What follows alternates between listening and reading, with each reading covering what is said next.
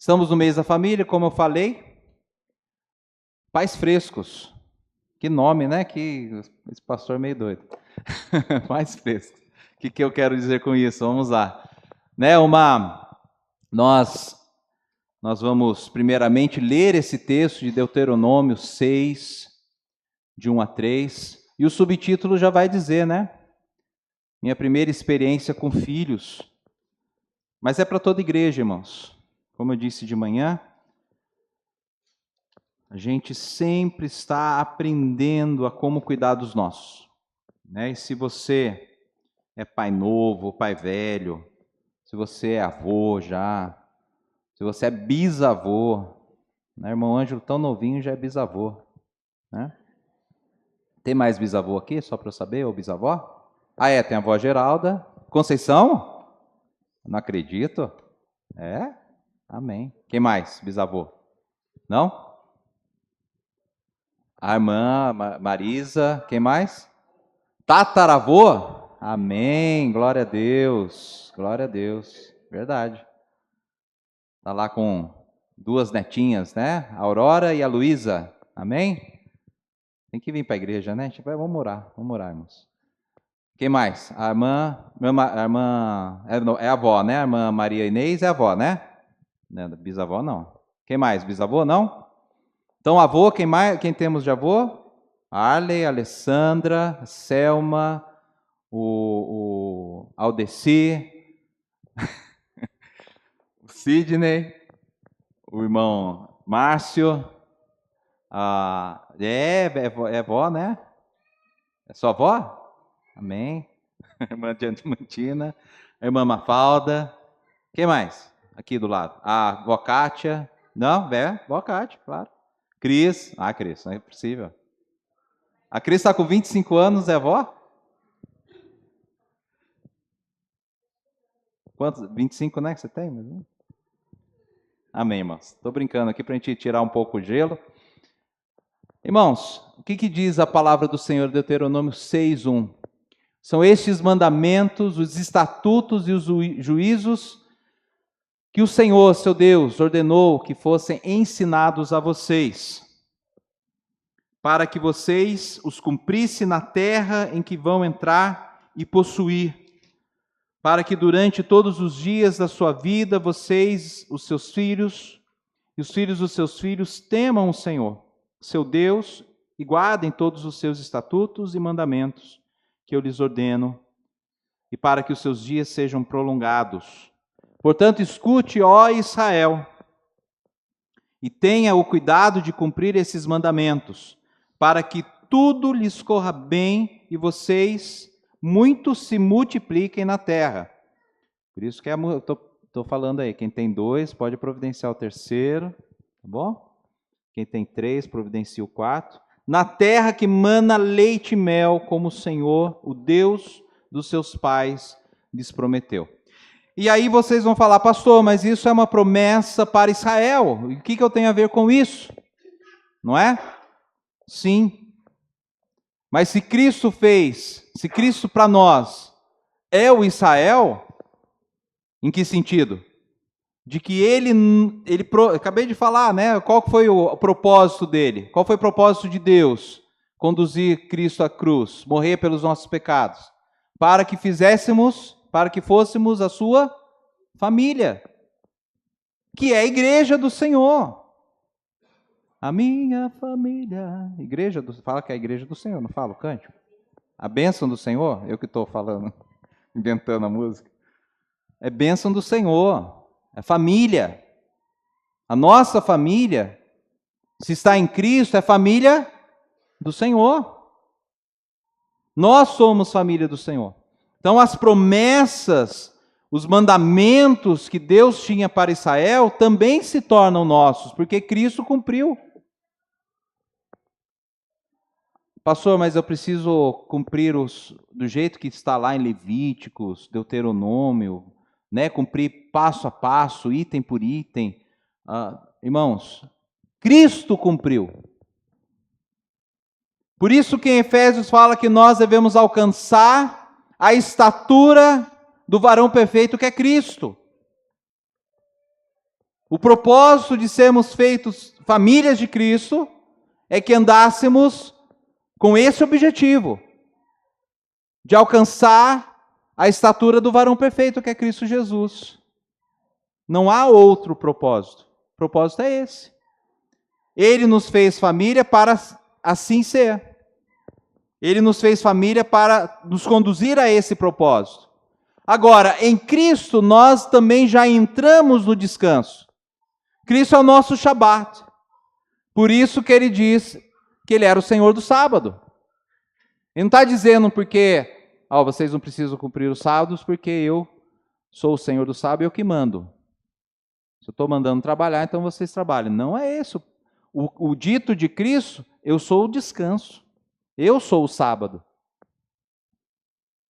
O mesmo propósito que Israel teve, né, de Moisés conduzir o povo no deserto, e de Josué entrar com o povo em Canaã, e aí Deuteronômio é a revisão da lei para que aqueles homens que fossem entrar em Canaã tivessem a consciência de que tinha que obedecer a lei do Senhor. É por isso que foi escrito isso, porque Josué se fez o cumprimento dessa promessa, para que o povo descansasse na terra de Canaã. E nós alcançamos essa promessa em Cristo. Por isso que a Bíblia diz que nós estamos sendo conduzidos de fé em fé e de glória em glória. Porque qual que é a glória que está sendo revelada ainda neste mundo para nós? Nós não conseguimos enxergar a glória de Deus. Conseguimos? Os nossos não. A glória, literalmente falando, nós não conseguimos enxergar. Mas de fé em fé, eu sou conduzido a esta glória. Eu começo agora a enxergar a glória de Deus em Cristo. Porque Cristo é a imagem do Deus invisível. E a nossa referência da glória de Deus é o próprio Cristo. Então nós estamos sendo conduzidos a esse descanso, a essa realidade em Cristo Jesus. Por isso, nós temos que dar o sentido de que essa promessa também é para nós. Porque Cristo fez, Cristo cumpriu isso, esse propósito. Cristo cumpriu, e nós nele entramos nessa glória. Hebreus, se você estudar, e eu convido você a estudar o livro de Hebreus, ele vai tratar desde o primeiro capítulo até o último capítulo sobre isso. Nós fomos conduzidos aos santos dos santos em Cristo Jesus. Ele é o nosso sacerdote, ele é o nosso sumo sacerdote. Perfeito. Porque ele cumpriu todas as coisas aqui na terra, porém, sem pecado. Ele passou por todas as tentações, ele é perfeito. Ele cumpriu em obediência toda a lei de Cristo. E por isso, quando nós estamos nele, logo nós estamos cumprindo também a lei. Porque ele cumpriu a lei. E aí ele escreve em nossos corações a lei, através do Espírito Santo. Ou seja, é pela condução do Espírito Santo que nós vamos progredindo nesse processo, nesse propósito de Deus, em Cristo Jesus. Então aí nós podemos então agora entender o motivo desse nosso clamor, e entender um pouquinho o que foi, o que eu quis dizer ali com esse frescor. Vamos passar adiante aí o slide. A Nanda está lá conduzindo, nos ajudando nos slides. Então, olha só. O que significa pais frescos, né? A ideia era trabalhar a ideia do pai, o pai fresco. Então não é aquela... são vários os significados. Quando a gente fala fresco, você pode remeter esse significado a várias situações, mas o que eu quero dizer é o sentido figurado do do recente.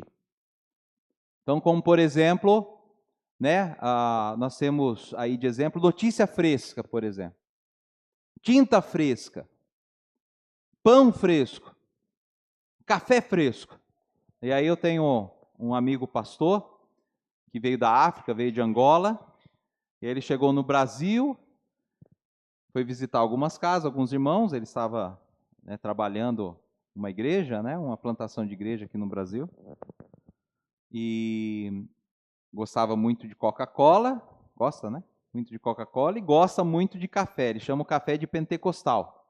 Ele chega, ele é da Assembleia. Então ele chega na sua casa e fala assim, né, do sotaque português, porque o angolano tem um sotaque carregado do português, né? Então ele chega lá, chegava na minha sogra, por exemplo, Maria, tem um pentecostal aí para mim? Ele falava assim, né? Era o café. O café era ele chamava de pentecostal. Diz ele que quando ele chegou ao Brasil, então ele visitava as casas e aí o irmão oferecia para ele, olha, ô pastor, tem um café fresquinho aí pro pastor. E colocou no copo e ele mandou goela abaixo. O que ele entendeu? Que o fresco não estava tão quente. A ideia, ele falou, ele entendeu isso, eu tenho um café aí, o pastor, morno. Ou seja, não está tão quente, fresco. E ali é o contrário, né? O fresco, nesse sentido figurado, quer dizer que acabou de ser feito. Não está errado, porque é um sentido figurado. Então a ideia do pai fresco é no sentido figurado, do recém. O pai que chegou agora, pai de primeira viagem, né? O Andrezinho. O Andrezinho é pai fresco. E tantos outros pais aí, né? Que estão aí. A gente também fala marinheiros de primeira viagem, né? E frescura. Frescura também no sentido figurado, é a qualidade do que é fresco, né? A ideia do um alimento em bom estado de conservação, por exemplo. A ideia da conservação de valores. Essa ideia de eu ter trazido pais frescos. Pais que são né, recentemente se tornaram pai, mas que precisam transformar a ideia do lar num frescor nesse sentido de conservação de valores. Como nós conservamos um alimento fresco, né? Os antigos cozinhavam a carne do porco, por exemplo, tiravam toda a gordura do porco, enchiam um tamborzão de gordura de porco e mergulhavam aquela carne, e ali quanto tempo ficava, né, irmão? Muito tempo. Isso era um tipo de conservação, não tinha geladeira. Qual outro jeito, então, acabei de falar dela? Geladeira. Geladeira conserva, dependendo do alimento, alguns dias. Né? O que mais a forma que podemos conservar? Congelador. Né? No Nordeste também tinha essa lata, tinha esse tipo de conserva, mas também, não só lá, mas no litoral, o sal. O sal também é uma forma de você conservar a carne. Você salga a carne, e aí, antes de preparar, você salga ela. E quando você vai fazer uma feijoada, você compra uma carne salgada, né? Então ela seca. É uma maneira de desidrata a carne e o sal ali conserva aquela carne um tempo ali até ela. Então ela tem essa outra forma, né? Ela vai virando, ela fica conservada no sal. Outra forma também é a defumação, já viram? Então lá o presunto defumado, né?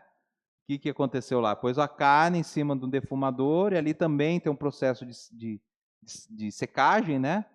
E ali fica aquele defumado, aquela carne.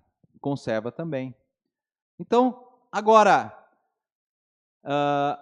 o que eu preciso conservar fresco segundo essa ideia aqui do texto? Né? Então tá aí. 3 coisas. O temor do Senhor, a lei do Senhor e a obediência. Nós precisamos conservar esses valores. Os pais que estão novos, eles precisam conservar esses valores. Versículo 2 diz isso, né? Eu não vou, deixa eu ver aqui, porque eu não estou chegando lá direito, não. Para que, durante todos os dias da sua vida, vocês, os seus filhos e os filhos dos seus filhos temam o Senhor, seu Deus, e guardem todos os seus estatutos e mandamentos que eu lhes ordeno, e para que os seus dias sejam prolongados. Então, o que nós precisamos prestar atenção é nessa conservação, e não é só para os pais frescos, é para todos. Nós precisamos conservar esses valores prontos para serem usados. Por quê? Porque eu preciso, ao ensinar, eu preciso ter o ensino na boca, na língua. E aí nós temos um outro versículo que no popular ficou bem conhecido, que a boca fala aquilo que o coração está cheio. Né? O versículo é quase isso, né? A gente pode deixar assim. É bem isso mesmo. A boca fala do que o coração está cheio. Então, preciso ter valores conservados na vida se eu sou pai. Eu preciso ter esses valores na minha mente se eu sou pai. Mas eu só sou filho. Precisa também, porque um dia você vai ser pai. E essa é a hora de você conservar valores. Agora, muitos de nós aceitaram Cristo já mais velho.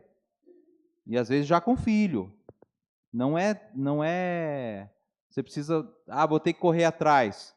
Você vai fazer ao seu tempo, Deus te chamou agora. Mas você precisa pensar em conservar os valores. Porque em algum momento o Espírito Santo vai usar esse valor para você falar da palavra dele para alguma pessoa. Meu filho já é grande, mas você pode usar depois para o neto. Não tenho filho, não tenho neto, já sou velho, acho que nem vou ter. Mas você vai usar a palavra do Senhor para aconselhar alguém. Então, essa ideia é para todos. Conservar esses valores, o temor do Senhor, a lei do Senhor é a obediência. E diante do temor do Senhor, próximo slide aí, vai nos dizer o temor do Senhor. O temor do Senhor precisa estar no coração dos pais, primeiramente. Eu me identifiquei lá. O que diz? Então, inicialmente, o temor ele tem que estar, olha o que o versículo diz. São estes os mandamentos, os estatutos, os juízos do Senhor seu Deus, que o Senhor seu Deus ordenou que fossem ensinados a vocês. Ordem do Senhor. Mais uma vez, eu preciso cumprir a lei do Senhor. Você intrinsecamente estará cumprindo a lei do Senhor se você andar nos mandamentos de Cristo.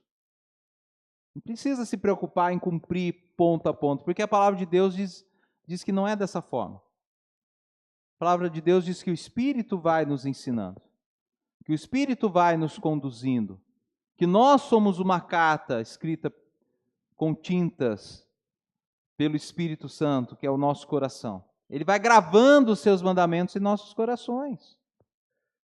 Aí você não vai matar porque você sabe que deve amar o próximo. Você não vai adulterar porque sabe que tem que amar o próximo. Você não vai roubar porque sabe que tem que amar o próximo. Então, o decálogo vai ser cumprido em Cristo. Você vai amar a Deus sobre todas as coisas. Por quê? Porque Deus está te ensinando que devemos amar a Deus sobre todas as coisas. Então, não vamos ter ali ídolos acima desse ideal que Deus nos deu. Não vamos fazer em nossos corações ídolos, porque o coração tem que ser ocupado por Deus. Nós não vamos falar a palavra do Senhor, o nome do Senhor em vão, porque nós somos seus filhos. E como filhos, nós respeitamos e honramos a Deus na maneira pelo qual estamos conduzindo a vida. Nós vamos guardar o dia do Senhor, por quê? Porque no nosso coração vai haver esse temor, a necessidade de dedicarmos um tempo para o Senhor, de orarmos ao Senhor, de estarmos em comunhão com os outros. O Espírito Santo vai nos conduzindo à lei de Deus. E isso significa temer ao Senhor. Mateus, é Mateus? Não, Malaquias. Malaquias 4:6, ele fará que o coração dos pais se volte para os seus filhos e o coração dos filhos para os seus pais. Do contrário, eu virei e castigarei a terra, separando-a para a destruição. Isso aí era para o povo de Israel. Por quê? Porque eles não estavam cumprindo a palavra, a lei do Senhor. E nós? Nós, se não estamos cumprindo a lei do Senhor, significa que nós não estamos no Senhor. Ou que estamos afastados da realidade, da consciência. Precisamos entrar conscientes no caminho do Senhor. Mergulharmos, nesse universo a qual nós fomos chamados, nesse ambiente ao qual fomos chamados, que é o Santos dos Santos em Cristo Jesus. Próximo aí, Ananda, por favor. Então, para entender o temor, o propósito de ser família.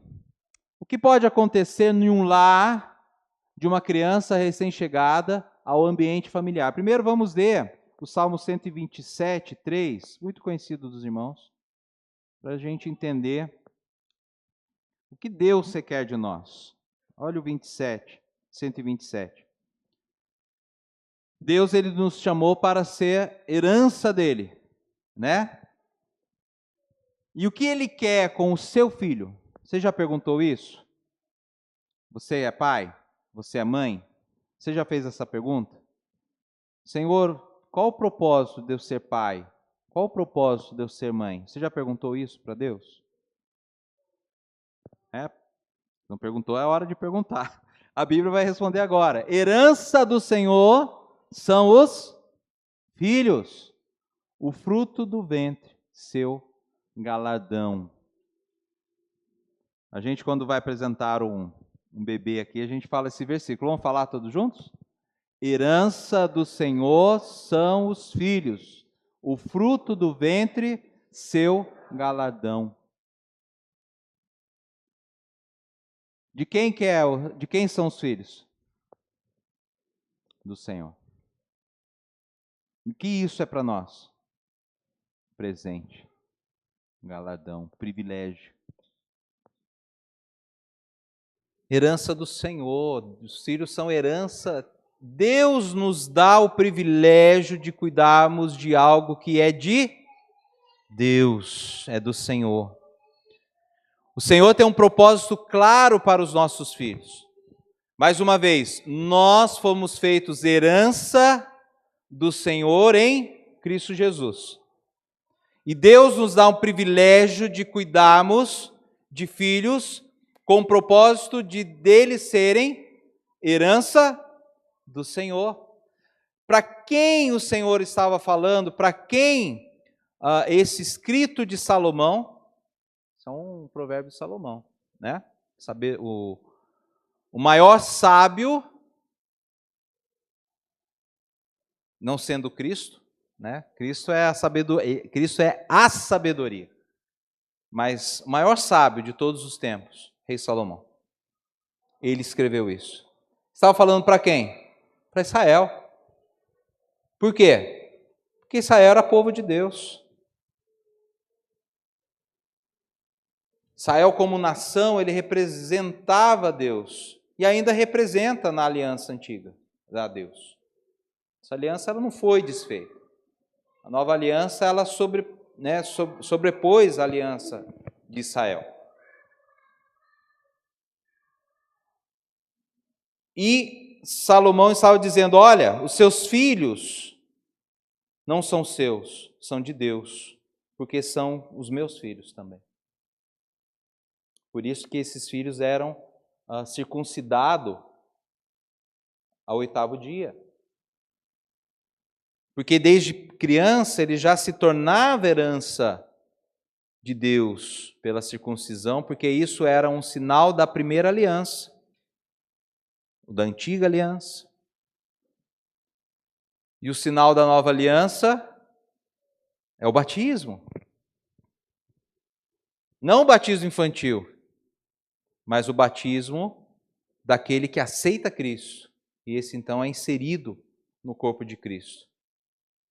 Essa é a marca da nova aliança. Voltando aqui, quer dizer o quê? Que eu tenho a responsabilidade de conduzir os meus filhos a eles se tornarem herança também do Senhor. Esse é o meu objetivo, esse é o meu propósito. E nós precisamos prestar atenção nessa realidade.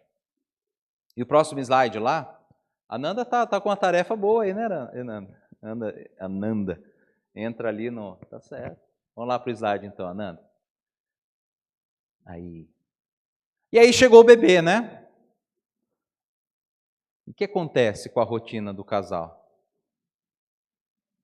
E aí, ô Bisa? O que acontece, hein? Muda tudo. E qual que é a minha tarefa? O que eu tenho que fazer depois que muda essa rotina? Né?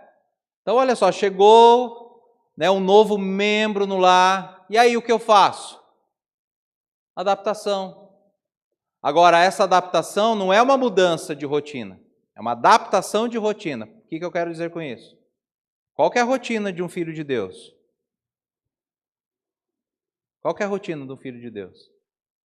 Não é ler a palavra? Não é orar? Não é fazer um devocional? Não é fazer um tempo silencioso? Não é estar consciente de que está na presença de Deus? Não é vigiar e orar? Essa é a rotina de um servo de Deus, de um filho de Deus. E aí chegou um bebê novo, eu não mudo essa rotina. Eu adapto essa rotina.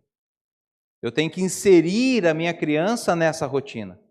Por quê? Porque ela precisa aprender aquilo que os pais fazem.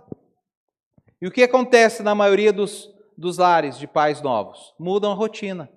Deixam de orar, deixam de jejuar, deixam de ler a Bíblia, deixam de fazer o devocional de casal. E qual que é a adaptação? Devocional em família.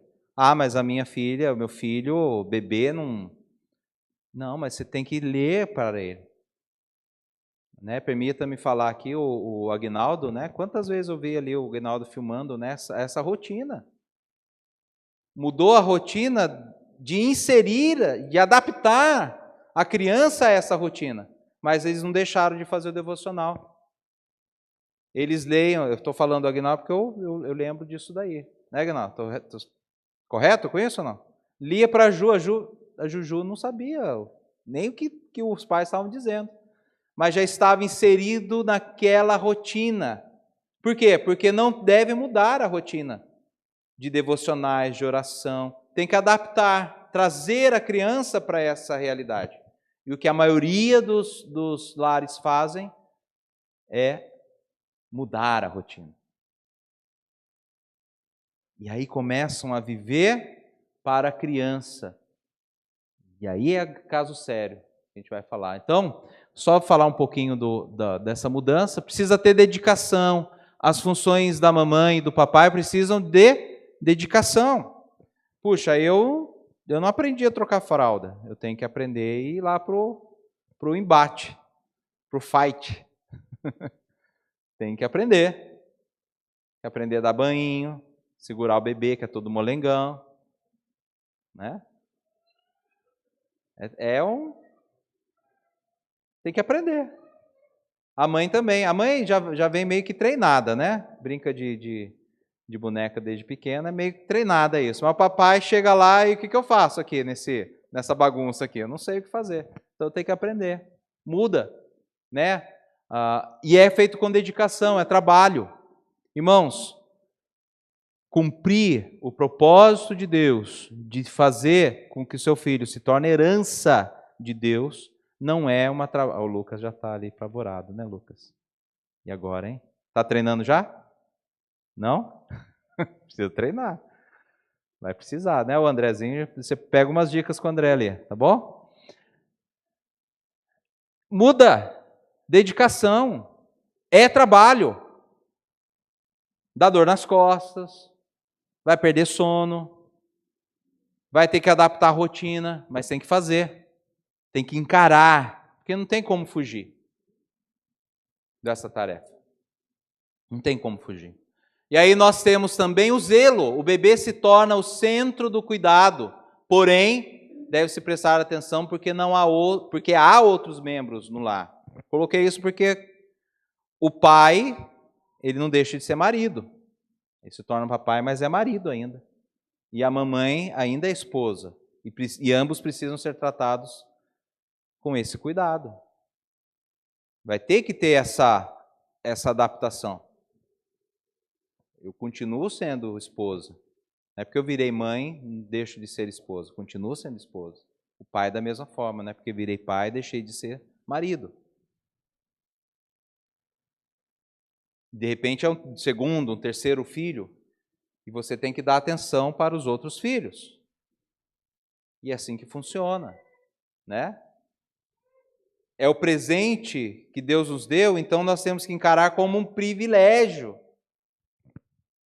Porque nós estamos cuidando não daquilo que é nosso, mas daquilo que é de Deus. E depois tem a questão do ambiente, que eu já falei. A rotina de devocional deve ser participativa, incluída na rotina da criança. Isso é uma preocupação. Outro slide. Obediência em todas as coisas, né? Deuteronômio 6, tenha cuidado de cumprir, fala lá o texto. Cumprir é o zelo que todos os pais têm que ter com a palavra de Deus. Então, Tito 2, 7 e 8 fala de um modo exemplar que nós devemos andar. Abram lá comigo, Tito 2, 7 e 8.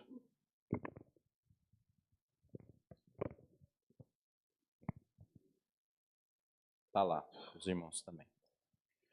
Seja você mesmo um exemplo de boas obras. No ensino, mostre integridade, reverência, linguagem sadia e irrepreensível, para que o adversário seja envergonhado, não tendo nada de mal a dizer a nosso respeito. Paulo falando para Tito. Pastor, mas por que você trouxe esse texto? Não tem nada a ver com pai e filho. Tem sim. Porque Paulo ele vai dizer, eu tenho Tito como filho. Então ele aconselhou Tito como um filho. E nós podemos pegar esse conselho e trazer para nós. Nós precisamos ser exemplos de obediência. Por quê? Porque se eu não estou obedecendo a Deus, sabe qual é a primeira pessoa que está olhando e reparando isso em você? Quem que é? Os filhos. Se eu não vejo meu pai obedecer, por que eu vou obedecer também? Se eu não vejo meu pai orar, por que eu vou orar? Se eu não vejo meu pai se ajoelhar, clamar, chorar, orar pela família, olhar pelos seus, se eu não vejo meu pai ensinando a minha mãe, se eu não vejo meu pai me ensinando, por que eu vou também fazer isso? Se o evangelho não causa impacto na vida do meu pai, será que vai causar impacto na vida do filho? Só pela misericórdia de Deus, irmãos. Olha o que o Ted Tripp diz. Os filhos devem ser guiados pelos pais. Ser pai ou mãe é pastorear o coração dos filhos nos caminhos da sabedoria de Deus. Pastoreando o coração da criança é o nome desse livro. Se você não leu, é uma indicação de um livro bom para você ler. Nós precisamos pastorear o coração das crianças, dos filhos. Eles precisam ser ensinados a temer ao Senhor. Eles precisam ser ensinados a obedecer ao Senhor. E isso só vem pelo exemplo. E há um ditado popular que diz, né, que o exemplo arrasta, né? O exemplo arrasta a pessoa. Então, ensinar a criança pelo exemplo é arrastar o seu filho a fazer a mesma coisa. Próximo slide. E nós já passamos, é temor, tá aí, né? Obediência, qual que é o anterior? Acho que eu passei já e nem vi. Aqui. A lei do Senhor. Ok. Eu passei pela lei do Senhor. Passei tão rápido que eu não reparei que eu falei. A lei do Senhor. Então nós temos 3 coisas: o temor do Senhor, a lei do Senhor e a obediência. E aí na conclusão, a lei do Senhor deve estar nos corações dos pais e no coração do bebê. Nós temos que ter essa, ou da criança, ou do filho. Eu pus bebê ali porque estava falando dos pais frescos, né? Dos pais que são conservadores aí, devem conservar. Então o que os pais devem conservar? O temor do Senhor, em cumprir a lei do Senhor, em dedicação e obediência. Como eu disse no início, criar os nossos filhos, criar a criança, exige tempo, dedicação, zelo, cuidado. Exige de nós. Não é fácil você dizer não para a criança. Não é fácil você mostrar que ela deve ficar quieto na hora que precisa ficar quieto. Não é fácil você dizer para a criança prestar atenção na hora que tem que prestar atenção. Eu sou professor de escola, nós temos dificuldade com as crianças dos outros nesse assunto. Eu vou contar a diretora da escola que não ouça, mas eu tive, não pode ouvir. 7º ano, né? Antigo sexta série, para os irmãos entenderem de que idade eu estou falando. 7º ano, para mim é o meu desafio maior, é a minha classe menor. Eles simplesmente não param de falar, e eu chamo a atenção, aí fica quieto, mas sempre tem um lá cutucando o outro. Sempre lá rindo para o outro. Aí eu vou lá e falo, por que você está rindo? O que tem de engraçado aí? Fica quieto. Aí quando eu vejo, o outro está rindo lá. Isso leva um tempo para chegar, e assim, tarefa que é quase impossível, porque não fica 100% quieto. Você consegue ali 98%, mas 100% você não vai conseguir. Tarefa difícil. E eu falo, gente, vocês têm que ter respeito, porque quem está falando aqui é o professor. Vocês têm que ter respeito, porque quem deu autoridade para o professor foi Deus. É Deus quem nos dá autoridade. Se vocês estão desrespeitando ao Senhor, vocês estão desrespeitando a Deus. Estão desrespeitando a escola, porque você está no ambiente de ensino. Estão desrespeitando o colega, porque aqui é um ambiente de aprendizado.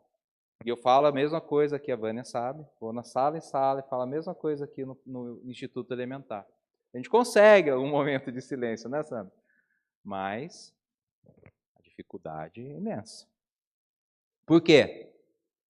Falta o lar. A igreja, a escola, ela não tem a primazia na educação. Ela não é obrigação da escola a educação. Não é obrigação da igreja a educação religiosa. Ou a doutrina, a sã doutrina. É obrigação de quem? Dos pais, da família. A escola é apenas um recurso para chegar nesse objetivo. A igreja é apenas um recurso para chegar nesse objetivo. Finalizando aqui que o tempo está passando. Uns dias atrás eu estava atendendo uma irmã aqui mesmo na igreja, conversando com ela, falou assim, que pena, minha neta, uma outra neta minha, deixou de vir para a igreja. É terrível isso. A outra até vai na igreja, olha que benção.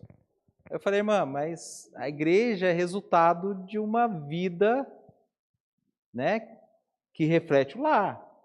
Se a criança e se o adolescente não estão andando na palavra de Deus, logo não vai ter interesse para vir para a igreja. Não tem interesse. Mas às vezes os pais, os avós estão achando que vir na igreja resolve o problema de disciplina, de conhecer a Deus. A gente consegue, a criança, o adolescente conhece a Deus porque os pais ensinam. Conhece a Deus porque há ensino da sã doutrina no lar. Se não houver, não vai conhecer a Deus. Quer dizer, nesse sentido de nós prepararmos a geração como herança. Vai conhecer na misericórdia de Deus e na graça e na vontade de Deus. Se Deus tiver vontade, né, for a vontade de Deus, propósito de Deus, essa criança vai conhecer mesmo com um lar que não está ensinando. E quantos de nós aceitamos a Cristo sem ter esse ensino no lar? Claro, eu estou dizendo que a obrigação não é da igreja ensinar. Não é a igreja que vai ensinar a criança, né, sobre a salvação. Ela vai auxiliar. Vai até apontar o caminho, mas a tarefa tem que ser em casa. Porque Deus não fala para a igreja, mas fala para os pais. Amém? Vamos orar? Pai querido, somos gratos pela Tua palavra.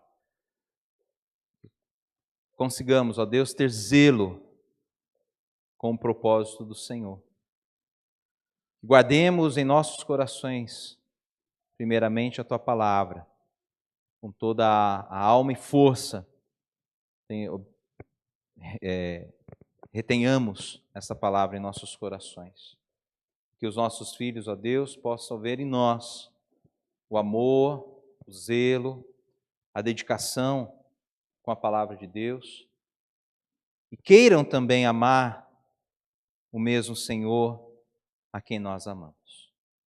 Em nome de Jesus Cristo oramos. Amém.